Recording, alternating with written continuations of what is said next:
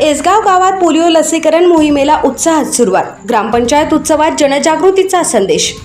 आज गावात बालकांच्या आरोग्याच्या दृष्टीने महत्त्वाची असलेली पोलिओ लसीकरण मोहीम ग्रामपंचायत परिसरात उत्साहपूर्ण वातावरणात पार पडली. ग्रामपंचायत उत्सवाचे आयोजन करत या मोहिमेला विशेष महत्त्व देण्यात आले.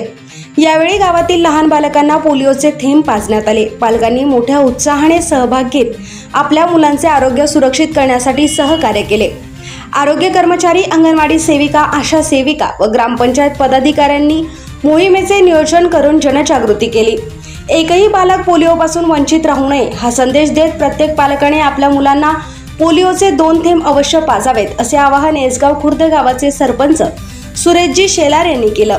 गावाच्या एकजुटीने आणि नागरिकांच्या सहकार्याने ही मोहीम यशस्वीपणे पार पडली. निरोगी आणि पोलिओमुक्त समाज घडवण्यासाठी गावकऱ्यांनी दाखवलेला सहभाग कौतुकास्पद ठरला.